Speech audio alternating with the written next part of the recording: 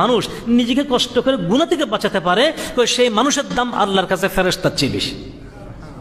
কেন?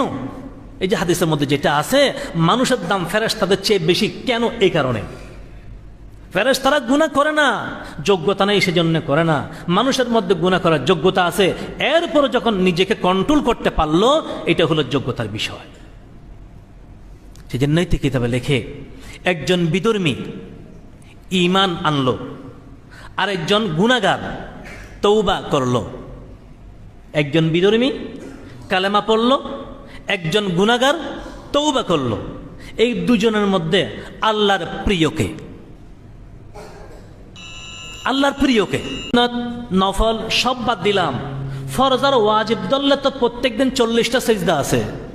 তাহলে শয়তান যদি আল্লাহর হুকুম একটা সেজদা না করে শয়তান হয়ে যায়, তা আমি যদি প্রত্যেকদিন 40টা সেজদা না করি, আমার নাম কোন জায়গায় যাবে? ফেরেশতারা যেরকম দেখতে গেল, এখন ফেরেশতার সাথে শয়তানও আছে। সেও আদম আলাইহিস সালামকে দেখতে গেছে, কিন্তু শয়তান তো শয়তানই।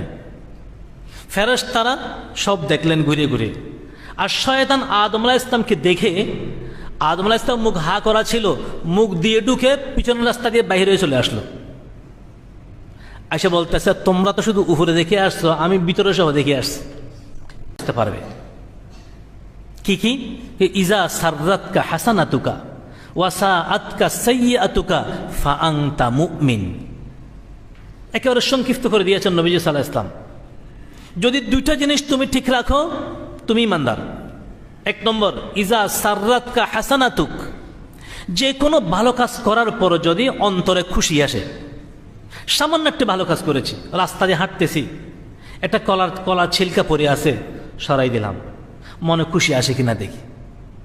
একজন গরিব মানুষ হাত পাতছে, তার হাতে 2টা টাকা 5টা টাকা 10টা টাকা দিলাম, মনে একটু ফরহাত খুশি লাগে কিনা। আমি একবার সুবহানাল্লাহ বলতে পারলাম। আল্লাহ, এখন বাবা চিন্তা করলো, ছেলের তো বয়স হয়েছে, এখন ছেলেকে বিয়ে করানো দরকার। এখন ছেলের জন্যে মেয়ে তালাশ করতেছে। ছেলের জন্যে বউ তালাশ করে না মেয়ে তালাশ করে? কার বউকে দেবে? বউ তালাশ করলে হবে না, সেই জন্যই মেয়ে তালাশ করতেছে। এখন তালাশ করতে করতে একজনের মেয়ে খবর পাইল। এখন ওই ব্যক্তির মেয়ে ছেলেকে বিয়ে করালো। এখন যার মেয়ে আপনার ছেলেকে বিয়ে করালেন, সেই ব্যক্তি আপনার কি? বিয়াই। আমাদের চট্টগ্রাম বলে বিয়াই। আপনার ছেলের শ্বশুর আপনার কি হবে? বিয়াই। এখন বিয়ের সাথে বিয়ের একটা ভালোবাসা তৈরি হলো, একটার পাশে একটা লাগে লাগে বিছিয়ে দেওয়া হয়। পৃথিবীতে 4 আঙ্গুল পরিমাণ জায়গা খালি পাওয়া যাবে না যেখানে শয়তানের সেজদা পড়ে নাই। এত সেজদা সে করেছে, তো তার ইচ্ছা মতো সেজদা অনেক করেছে, কিন্তু হুকুম মেনে একটা সেজদা করে নেই। হুকুম মানাটা হলো আসল, সেজদা করাটা বড় না। ইবাদত করাটা বড় না, ইবাদত তরিকা মতো করাটা বড়। নবীকে মুহাব্বত করা বড় না, নবীর মুহাব্বত নবীর তরিকা মতো করাটা বড়। তরিকাটা হলো আসল, পদ্ধতিকার যে আমার মনের চাহিদা মতে, আমার মনের পদ্ধতি মতে চলবো, নাকি নবীর দেওয়ার তরিকার পদ্ধতি মতে চলবো। এটাই হলো মূল বিষয়। আবু বকর, ওমর, ওসমান, আলী সাহাবা ইকরামও আল্লাহ রসুলকে ভালোবাসছেন। আবু তালেব, আবু লাহাব আল্লাহ রসুলকে ভালোবাসছেন। দুজন ভালোবাসছেন, তাতে কোনো সন্দেহ নেই। আবু বকর, ওমর যেরকম 100% নবীকে ভালোবাসতেন, আবু তালেবও নবীজিকে 100% ভালোবাসতেন। কিন্তু আবু বকর আর ওমরের ভালোবাসায় তাদেরকে জান্নাতে নিয়ে গেছে, আবু লাহাব আর আবু তালেবের ভালোবাসা তাদেরকে জাহান্নামে নিয়ে গেছে। ব্যবধানটা কোথায়? ভালোবাসা তো সবার মধ্যে ছিল, কিন্তু আবু বকর আর ওমরের ভালোবাসা ছিল তরিকাওয়ালা ভালোবাসা, আবু লাহাব আর আবু তালেবের ভালোবাসা ছিল তরিকা ছাড়া ভালোবাসা। ভালোবাসছে কিন্তু তরিকাকে মেনে নয়, তরিকাকে ছেড়ে দিয়ে। আবু লাহাব নবীর ভালোবাসার মোহাব্বতের কারণে বাঁধি আজাদ করে দিয়েছে, কিন্তু যখন আল্লাহ রসুল সাল্লাল্লাহু আলাইহি ওয়াসাল্লাম দাওয়াত দিলেন 3 বছর পর, 3 বছর তো গোপনে ইসলামের দাওয়াত দিয়েছেন, গোপনে ইসলাম পালন করেছেন। 3 বছর পর আল্লাহ পাক বলতেছেন ওয়া আনজির আশীরাতাকাল আকরাবিন, এবার প্রকাশ্যে দাওয়াত দেন, আত্মীয় স্বজনকে দাওয়াত দিয়ে দেন। নবীজি যখন দাওয়াত দেওয়ার জন্য সবাইকে ডাক দিলেন পাহাড়ের উপর উঠে, আবু বকর আবু লাহাব উপস্থিত, কাফেরের নেতারাও উপস্থিত। আল্লাহ রসুল সাল্লাল্লাহু আলাইহি ওয়াসাল্লাম বললেন, আমার দেশবাসীরা, আত্মীয় স্বজনরা, আমি তো পাহাড়ের উপর, তোমরা পাহাড়ের নিচে, আমি যদি বলি পাহাড়ের এই পাশে তোমাদের শত্রু আসছে, একটু পরে তোমাদেরকে হামলা করবে, তোমরা কি আমার কথা বিশ্বাস করবে? তখন তারা এক বাক্যে বলল, কেন, তুমি তো আল আমিন আস-সাদিক, কেন তোমার কথা বিশ্বাস করব না?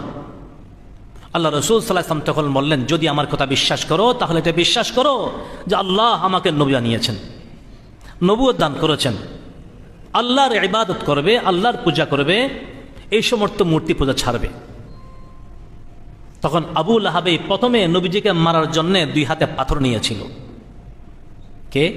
আবু লাহাব।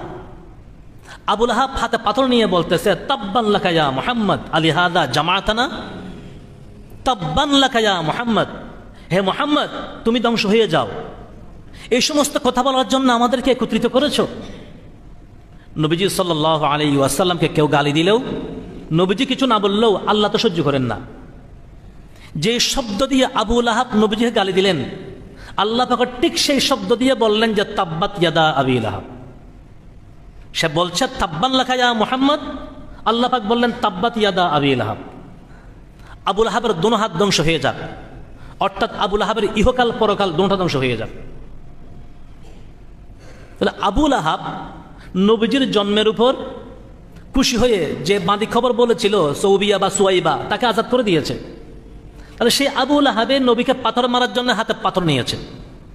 তা আবু লাহাব তো খুশি হয়েছে, কিন্তু আবু লাহাব খুশি হয়েছে মুহাম্মদুর রাসূলুল্লাহর উপর না মুহাম্মদ বিন আব্দুল্লাহর উপর? বাতিজা জন্মগ্রহণ করেছে, খুশি হয়েছে। নবী জন্মগ্রহণ করেছে, খুশি হয় নাই।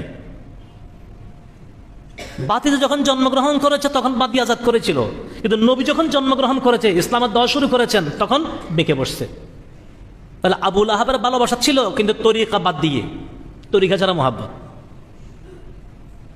তো বলছিলাম যে কথা, মূল জিনিস হলো তরিকা।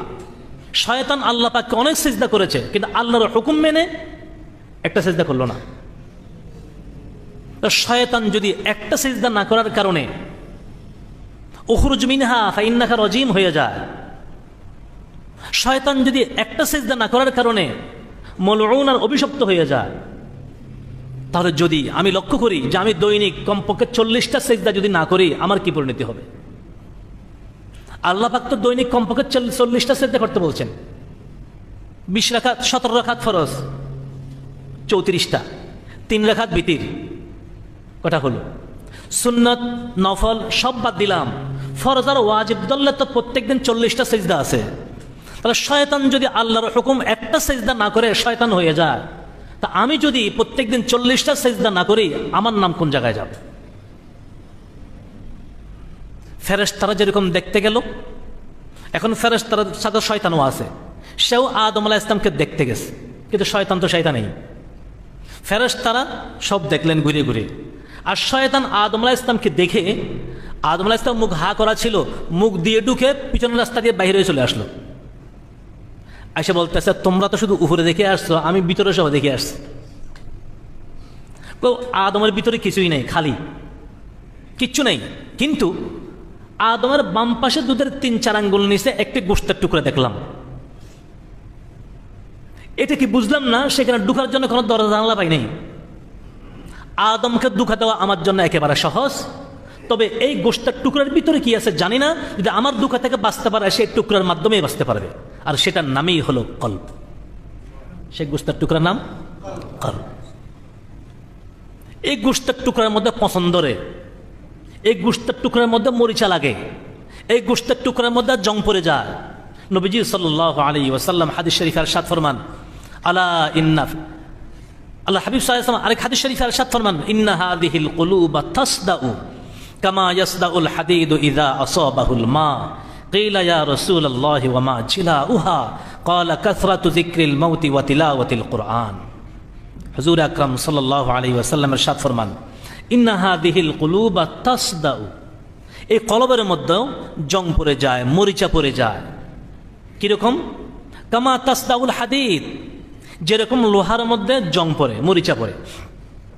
লোহার মধ্যে মরিচা পড়ে কিভাবে? ইজা আসাবাহুল মা, লোহাতে যখন পানি পড়ে, লোহাতে পানি পড়লে লোহাতে মরিচা পড়ে, জং পড়ে। আর কলবের মধ্যে জং পড়ে কিসের দ্বারা? হাদিস শরীফে আছে, মানুষ যখন একটি গুনাহ করে তার কলবে একটি কালো দাগ পড়ে, নুকতাতান সৌদা, নুকতাতান সৌদা। একটি গুনাহ করলে একটি কালো দাগ পড়ে, আরেকটি গুনাহ করলে আরেকটি কালো দাগ পড়ে, আরেকটি গুনাহ করলে আরেকটি কালো দাগ পড়ে। এইভাবে গুনাহ করতে করতে কলবটা কালো কালো হয়ে যায়। এটাই হলো কলবের মরিচা, এটাই হলো কলবের জং। কলবটা মূলত আয়নার মতো পরিষ্কার। কলবের সব কিছু ধরতে পারে যদি কলবটা পরিষ্কার থাকে। একটা আয়না যখন আমি নিয়ে চেহারার সামনে ধরবো, আমার মুখে কোন কোন জায়গায় দাগ আছে, বালি আছে, ময়লা আছে, আয়না সব বলে দেয়। কিন্তু সেই আয়নাটা যদি নিচে পড়ে থাকে, প্রত্যেক দিন মহিলারা ঘর ঝাড়ু দিচ্ছে, আয়নাটা জায়গা মতো পড়ে আছে, ঝাড়ু দেওয়ার সময় অল্প অল্প ধুলিবালি উড়ে উড়ে আয়নার মধ্যে পড়লো।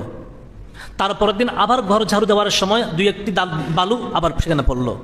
তারপরের দিন ঘর ঝাড়ু দেওয়ার সময় আবার সেখানে কিছু ময়লা পড়লো। এক সপ্তাহ পর্যন্ত প্রত্যেক দিন ঘর ঝাড়ু দেওয়া হয়, কিন্তু আয়নাটা সেখান থেকে সরানো হয় না। এক সপ্তাহ পরে যদি আয়নাটা সেখান থেকে উঠানো হয়, সেখানে কি আর চেহারা দেখা যাবে? যাবে না। আয়না ছিল পরিষ্কার, আয়না সব কিছু দেখতে পেত, কিন্তু কলবটা হলো পরিষ্কার। কলবটা যদি পরিষ্কার থাকে, আয়নার মতো সে ভালো খারাপ, সুন্নত বেদাত, শিরিক কুফর, লাভ ক্ষতি সব কিছু আয়না কলবে বুঝতে পারে। এই হাদিস শরীফে আছে, মানুষ যখন গুনাহ করে তার কলবে একটা ধাক্কা লাগে, তার কলবে ধাক্কা লাগে। এক হাদিস শরীফে আছে, হুজুর আকরাম সাল্লাল্লাহু আলাইহি ওয়াসাল্লামের ইরশাদ ফরমান, এক সাহাবী নবীজি সাল্লাল্লাহু আলাইহি ওয়াসাল্লামের দরবারে আসলেন। আয়েশা প্রশ্ন করতেছেন, ইয়া রাসূলুল্লাহ, ঈমানের আলামত কি? আমি যে ঈমানদার, আমার ভিতরে যে ঈমান আছে, আমি কিভাবে বুঝতে পারবো? নবীজি সাল্লাল্লাহু আলাইহি ওয়াসাল্লাম বললেন, তোমার ভিতরে যদি দুইটা জিনিস থাকে তাহলে তুমি যে ঈমানদার সেটা বুঝতে পারবে। কি কি? ইজা সাররাতকা হাসানাতুকা ওয়া সাআতকা সাইয়্যাতুকা ফা আনতা মুমিন। একেবারে সংক্ষিপ্ত করে দিয়েছেন নবীজি সাল্লাল্লাহু আলাইহি ওয়াসাল্লাম। যদি দুইটা জিনিস তুমি ঠিক রাখো, তুমি ঈমানদার। এক নম্বর, ইজা সাররাতকা হাসানাতুক, যে কোনো ভালো কাজ করার পর যদি অন্তরে খুশি আসে, সামান্য একটা ভালো কাজ করেছি, রাস্তা দিয়ে হাঁটতেছি, একটা কলার ছিলকা পড়ে আছে, সরাই দিলাম, মনে খুশি আসে কিনা দেখি। একজন গরিব মানুষ হাত পাচ্ছে, তার হাতে 2টা টাকা, 5টা টাকা, 10টা টাকা দিলাম, মনে একটু ফরহাত, খুশি লাগে কিনা। আমি একবার সুবহানাল্লাহ বলতে পারলাম, আল্লাহর কুদরতে পায়ে একটা সেজদা করতে পারলাম, সেজদা থেকে উঠে মনে একটা খুশি আছে কিনা। যে কোনো ভালো কাজ করি, যে কোনো ভালো কাজ করার সাথে মনে খুশি আসে কিনা। রাস্তার বাম পাশে হাঁটতেছি, হঠাৎ করে আরে রাস্তার বাম পাশে হাঁটাতে খেলাফে সুন্নত, ডান পাশে হাঁটাই সুন্নত, সাথে সাথে বাম দিক থেকে ডান পাশে চলে আসলাম, মনে খুশি আসে কিনা দেখে, মনে খুশি আসে কিনা।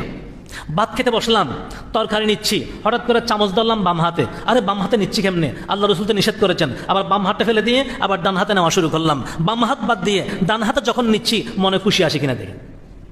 পানি খাওয়ার সময় গ্লাসটা হাতে নিলাম বাম হাত খাওয়ার জন্য, চায়ের কাপ নিলাম হাতে, বাম হাতে খাবো, হঠাৎ করে স্মরণ আসলো, আরে এটা তো বাম হাত।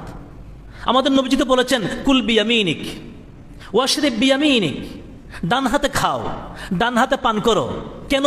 ফাইন্না শাইতানা ইয়াকুলু বিশিমালিহি ওয়া ইয়াশরাবু বিশিমালিহি ওয়া ইয়াখুযু বিশিমালিহি, শয়তান কিছু খাওয়ার সময় বাম হাতে খায়, ওয়া ইয়াশরাবু বিশিমালিহি, পান করার সময় বাম হাতে পান করে, ওয়া ইয়াখুযু বিশিমালিহি, নেওয়ার সময় দেওয়ার সময় বাম হাতে নেয়, বাম হাতে দেয়। হঠাৎ করে স্মরণ আসলো, আর আল্লাহ রাসূল বলছেন শয়তান বাম হাতে খায়, আমি কেন বাম হাতে খাবো? শয়তান বাম হাতে নেয়, আমি কেন বাম হাতে নেব?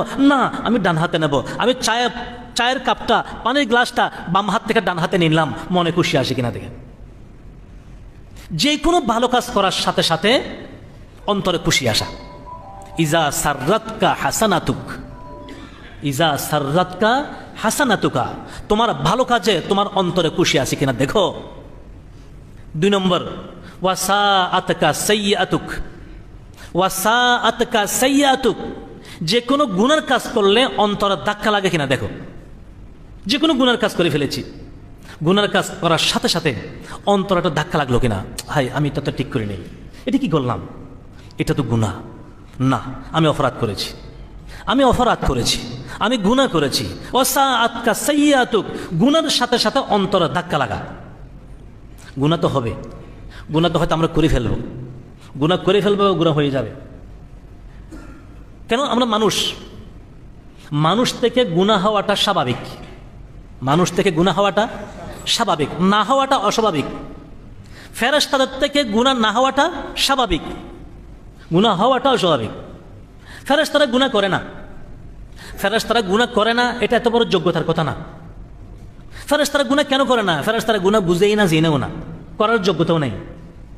গুনাহ কি ফেরেশতারা জানে না, গুনার প্রতি কোনো আকর্ষণ ফেরেশতাদের নেই, গুনাহ করার যোগ্যতাই আল্লাহ পাক ফেরেশতাদেরকে দান করে নাই। যার কারণে গুনাহ কি বুঝে না। একটা ছোট্ট বাচ্চা, 3 বছরের বাচ্চা, তার সামনে আপনার একটা মেয়েকে বসাই দিলেন, আর 3 বছরের ছেলেকে বা 4 বছরের রেখে বললেন এটা তোমার বউ, সে বউ কি বুঝবে? 3-4 বছরের ছেলে যেরকম বউ বুঝে না, ফেরেশতারা সেরকম গুনাহ বুঝে না। তো গুনাহ বুঝে না, গুনার প্রতি আকর্ষণ নাই, গুনাহ করার যোগ্যতা নাই, গুনাহ করার স্পৃহা নাই, সেজন্য গুনাহ করে না। এটা যোগ্যতার কথা না। যোগ্যতার কথা হলো মানুষ যদি গুনাহ না করে, কারণ মানুষের গুনার প্রতি আকর্ষণ আছে, গুনাহ করার যোগ্যতা আছে, গুনার দিকে আহ্বানকারী নফস এবং শয়তান আছে, এরপরে যদি একজন মানুষ নিজেকে কষ্ট করে গুনাহ থেকে বাঁচাতে পারে, তো সেই মানুষের দাম আল্লাহর কাছে ফেরেশতার চেয়ে বেশি। কেন? এই যে হাদিসের মধ্যে যেটা আছে, মানুষের দাম ফেরেশতাদের চেয়ে বেশি। কেন? এই কারণে ফেরেশতারা গুনাহ করে না, যোগ্যতা নেই সেজন্য করে না। মানুষের মধ্যে গুনাহ করার যোগ্যতা আছে, এরপরে যখন নিজেকে কন্ট্রোল করতে পারলো, এটা হলো যোগ্যতার বিষয়। সেজন্য নৈতিক কিতাবে লেখে, একজন বিধর্মী ঈমান আনলো, আরেকজন গুনাহগার তওবা করলো। একজন বিধর্মী কালেমা পড়লো, একজন গুনাহগার তওবা করলো। এই দুজনের মধ্যে আল্লাহর প্রিয়কে, আল্লাহর প্রিয়কে বলেন যে এই দুজনের মধ্যে আল্লাহর প্রিয় হচ্ছেন যে তওবা করেছেন, সে যে তওবা করেছেন সে। কেন? একটু উদাহরণ দিলে বুঝবেন। আপনার একটা ছেলে আছে, ছেলে বাবার কথা শুনে না, ছেলে বাবার কথা শুনে না, বাবার সাথে বেয়াদবি করে, বাবা তাকে ত্যায্য পুত্র করে দিল, যা ঘর থেকে বাইরে যা। কিছুদিন রাস্তা রাস্তায় ঘুরে টুরে, মানুষের বাড়ি আর কদিন থাকবে, বন্ধু বান্ধব কয়দিন জায়গা দেবে, নানার বাড়ি কদিন থাকবে, ঘুরে গেলে বাপের কাছেই তো আসতে হবে। এখন ছেলে বুঝতে পারলো যে আমি বাহিরে বাহিরে কতদিন ঘুরবো, আমার বাড়িতে আমার যেতেই হবে। এখন ছেলে একদিন পিছন দিক দিয়ে আসলো, আয়সা বাবার পিছনে গিয়ে হঠাৎ করে পিছন থেকে বাবার পাও ধরে ফেললো যে বাবা ভুল করেছি, অপরাধ করেছি, আমি যা করেছি মাফ করে দাও। বাবা তো বাবাই, বাবা তো বাবাই, বাবা সব ভুলে গিয়েছেন। আয় বাবা, তোর জায়গা পায় না, তোর জায়গা বুকে, বুকে জড়াইয়া নিল। এখন ছেলে বাবার কথা মতে চলতেছে। এখন বাবা চিন্তা করলো ছেলের তো বয়স হয়েছে, এখন ছেলেকে বিয়ে করানো দরকার। এখন ছেলের জন্যে মেয়ে তালাশ করতেছে। ছেলের জন্যে বউ তালাশ করে না মেয়ে তালাশ করে? কার বউকে দেবে? বউ তালাশ করলে হবে না, সেই জন্য মেয়ে মেয়ে তালাশ করতেছে। এখন তালাশ করতে করতে একজনের মেয়ে খবর পাইল। এখন ওই ব্যক্তির মেয়ে ছেলেকে বিয়ে করালো। এখন যার মেয়ে আপনার ছেলেকে বিয়ে করালেন, সেই ব্যক্তি আপনার কি? বিয়াই। আমাদের চট্টগ্রাম বলে বিয়াই। আপনার ছেলের শ্বশুর আপনার কি হবে? বিয়াই। এখন বিয়ের সাথে বিয়ের একটা ভালোবাসা তৈরি হলো। ছেলের ভালোবাসাও অন্তরে আছে, বিয়ের ভালোবাসাও অন্তরে আছে। কার ভালোবাসাটা বেশি? বিয়াই কোনো আত্মীয় ছিল না, সম্পর্ক ছিল না, সে নতুন কলমা পড়ে বিয়ে হয়েছে। তার ভাই আমার ছেলেকে বিয়ে করেন, সেজন্য একটা আত্মীয়তা হয়েছে, একটা বন্ধুত্ব শুরু হলো, মায়া মহাব্বত তৈরি হলো। কিন্তু ছেলে তো আগে থেকে ছেলে আছে, তার মহাব্বত আগে থেকেই অন্তরে আছে। তবে সে বাবার কথা শুনতো না, একটু দূরে চলে গিয়েছিল। এখন যখন বাবার পায়ে পড়েছে, কাছে চলে আসছে। তাহলে উনি আগে থেকে আত্মীয় ছিল না, নতুন আত্মীয় হয়েছে। ছেলে আগে থেকে ভালোবাসা আছে, এখন তওবা করার কারণে আত্মীয়তাটা বেড়ে গিয়েছে। যে বেঈমান আল্লাহ থেকে দূরে আছে, ঈমান আনেছে, কলমা পড়েছে, নতুন আত্মীয় হয়েছে। আর যেই ব্যক্তি আগে থেকে ঈমান আছে, গুনাহ করতেছে, সে হয়তো আল্লাহ থেকে একটু দূরে সরে গিয়েছিল, এখন সে যখন তওবা করেছে, পায়ে পড়েছে, আল্লাহ বলে যে তুমিই তো আমার আসল আপন। সেজন্য বলে বেঈমান ঈমান আনলে আল্লাহ যত খুশি হন না, তার চেয়ে একজন ঈমানদার গুনাহ থেকে তওবা করলে আল্লাহ পাক আরো বেশি খুশি হন। সেজন্য আল্লাহ পাক বলেছেন, বান্দা তওবার দরজা খোলা, লা তাকনাতু মির রাহমাতিল্লাহ, লা তাকনাতু মির রাহমাতিল্লাহ, আমার রহমত থেকে নিরাশ হইও না, গুনাহ তোমার দ্বারা হয়ে যাবে।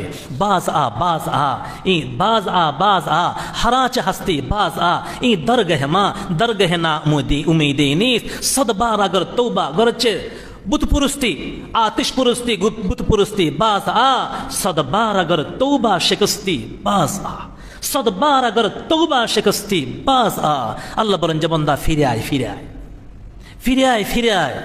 ই দরগাহে মা দরগাহে না উম্মীদে নিস। আমি আল্লাহর দরবার নিরাশ হওয়ার দরবার নয়। আমি আল্লাহ কোনো বন্দাকে নিরাশ করি না। তুমি আগুন পূজা করেছো, বুত পূজা করেছো, দুর্গা পূজা করেছো, দরগা পূজা করেছো, মানুষ পূজা করেছো, আগুন পূজা করেছো, ফিরে আসো, ফিরে আসো। সদবার আগর তওবা শিকস্তি বাজা, তুমি 100 বার যদি তওবা ভঙ্গ করে ফেলো, আবার ফিরে আসো, আমি আল্লাহ তোমাকে গ্রহণ করে নেব। আল্লাহ দেওয়ার জন্য প্রস্তুত, আমি নেওয়ার জন্য প্রস্তুত না। যতবার আমি বাবাকে ডাকি, এতবার তো আল্লাহকে ডাকি না। যতবার মাকে ডাকি, এতবার তো আল্লাহকে ডাকি না। যতবার সন্তানের নাম ধরে ডাক দেই, এতবার তো আল্লাহকে ডাকি না। যতবার আমার স্ত্রীকে ডাকি, এতবার তো আল্লাহকে ডাকি না। যতবার দুনিয়ার ব্যবসার কথা চিন্তা করি, এতবার তো আল্লাহকে নিয়ে চিন্তা করি না। যতবার আমার দুনিয়ার কাজ নিয়ে চিন্তা করি, এতবার তো আমার পরকাল নিয়ে চিন্তা করি না। আল্লাহর হাবিব সাল্লাল্লাহু আলাইহি ওয়াসাল্লাম বলেন যে তোমার আত্মশুদ্ধি করো, ইসলাহ নফস, যেটা এই কলবের পিছনে মূলত মেহনত। মেহনত কিসের পিছনে? কলবের পিছনে।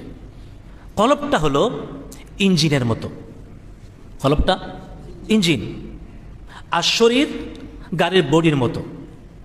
একটা গাড়ি দেখতে খুব সুন্দর, রং করেছে, স্লিপিং সিট সব ঠিক আছে, এসি বাস, স্লিপার, কিন্তু ইঞ্জিনটা একেবারে দুর্বল। ইঞ্জিনটা একেবারে দুর্বল। যত সুন্দর গাড়ি হোক, যত স্লিপিং সিট হোক, স্লিপার গাড়ি হোক, এই ইঞ্জিন যেহেতু দুর্বল ইঞ্জিন, জায়গা পর্যন্ত গাড়ি পৌঁছাতে পারবে না। আর একটা গাড়ি দেখতে লক্করজক্ষর, ভাঙ্গা চোরা, চিটো বেশি সুবিধা না, কিন্তু ইঞ্জিনটা হলো টাটা কোম্পানির। ইঞ্জিনটা টাটা কোম্পানি। গাড়িটা দেখতে যতই ভাঙ্গা চোরা হয়, ইঞ্জিন যেহেতু মজবুত, সেই ইঞ্জিন সেই গাড়িকে জায়গা পর্যন্ত পৌঁছে দেবে। তদ্রূপ একজন মানুষ খুব সুন্দর, নাদুস নুদুস চেহারা, বড় উঁচা লম্বা, অনেক সবাই তাকে সম্মান করে, দুনিয়ার লাইনে সে অনেক আগে বাড়ছে, তার ইঞ্জিনটা দুর্বল। তার ইঞ্জিনটা দুর্বল। তার কলবের সাথে আল্লাহর সম্পর্ক নেই, তার ইঞ্জিনের সাথে মারিফতের সম্পর্ক নেই, তার ইঞ্জিনের সাথে পরকালের সম্পর্ক নেই, তার ইঞ্জিনের সাথে আল্লাহর জিকিরের সম্পর্ক নেই। যত সুন্দর মানুষই হোক, তার এই ইঞ্জিন তাকে জান্নাত পর্যন্ত পৌঁছতে পারবে না। আরেকজন মানুষ দেখতে একেবারে হ্যাংলা, পাতলা, দুর্বল, কালো, বিশ্রী, দাঁত উপরের দিকে উঠে আছে, চোখও একদিকে তাকাইলে আরেক দিকে তাকায়, দেড় ব্যাটারি হয়ে আছে।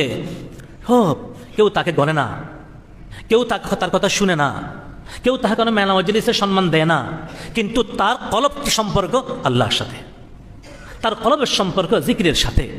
এই কলব নামক ইঞ্জিন যেহেতু মজবুত, সেই ব্যক্তি যদিও মানুষ পছন্দ করে না, সেই কলবেই তাকে জান্নাত পর্যন্ত পৌঁছাইয়ে দেবে। ইন্না হাযিহিল কুলুবা তাসদাউ, ইন্না হাযিহিল কুলুবা তাসদাউ। এই কলবের মধ্যে জং পড়ে যায়। কিভাবে? কিভাবে? গুনাহ করার দ্বারা। একটা গুনাহ করলাম, একটা কালো দাগ পড়লো, একটা গুনাহ করলাম, একটি কালো দাগ পড়লো, একটি গুনাহ করলাম, একটি কালো দাগ পড়লো। এবার পুরা কলবটা ওই আয়নার মতো কালো হয়ে গিয়েছে। এখন সেখানে চেহারা যেরকম দেখা যায় না, এই কলব আর ভালো খারাপ পার্থক্য করতে পারে না, সুন্নতের বেদাতের পার্থক্য করতে পারে না, সওয়াব আর গুনার পার্থক্য করতে পারে না, শিরক আর কুফরের পার্থক্য করতে পারে না। সে যাই দেখে সে সবগুলো এক সমান লাগে। কেন? অন্ধকার কলব। এখন সেই আয়নাটা, এক সপ্তাহ যে আয়নাটা পড়েছিল, সে আয়নাটা সেখান থেকে নিয়ে যদি পরিষ্কার করে ফেলে, একটু ঘষা দেয়, এখন আবার পরিষ্কার হয়ে গেল, সব দেখা যায়। আল্লাহ রসুল বলেন, তুমি কলবের মধ্যে একটু কি দাও? ঘষা দাও। এবার সাহাবা একরাম জিজ্ঞেস করেন যে ইয়া রাসূলুল্লাহ, লোহার মধ্যে পানি পড়লে লোহা পরিষ্কার করার জন্য রেত আছে, রেত দিয়ে ঘষা দিলে লোহা পরিষ্কার হয়, শিরিষ কাগজ দিয়ে ঘষা দিলে লোহা পরিষ্কার হয়, কলবকে দিয়ে পরিষ্কার করব। ওয়ামা জিলা উহা ইয়া রাসূলুল্লাহ, ওয়ামা জিলা উহা ইয়া রাসূলুল্লাহ। কলব পরিষ্কার করার রেত কি? নবীজি সাল্লাল্লাহু আলাইহি ওয়াসাল্লামের ইরশাদ ফরমান, কলব পরিষ্কার যদি করতে চাও, কলব যদি পরিষ্কার রাখতে চাও, তার জন্য দুইটি রেত। কয়টি রেত? কাসরাতু যিকরিল মাউত ওয়া তিলাওয়াতিল কুরআন। এক নম্বর মৃত্যুর কথা স্মরণ, দুই নম্বর কোরআন শরীফের তিলাওয়াত। আচ্ছা, মৃত্যুর কথা স্মরণ কি? তার একটা উদাহরণ বুঝেন, একটা উদাহরণ বুঝেন। আল্লাহ, মৃত্যুর স্মরণে মানুষ দিল পরিষ্কার কেমন হয়? মৃত্যুর স্মরণের সাথে কলব পরিষ্কার হওয়ার কি সম্পর্ক? আমি কথা দীর্ঘায়িত করতেছি না, হযরত ওয়ালা তশরিফ আনছেন, ইনশাআল্লাহ হযরত এখন বয়ান করবেন। আল্লাহ পাক আমাদেরকে বোঝার তৌফিক দান করুন। ওয়া আখির দাওয়ানা আলহামদুলিল্লাহি রাব্বিল আলামিন।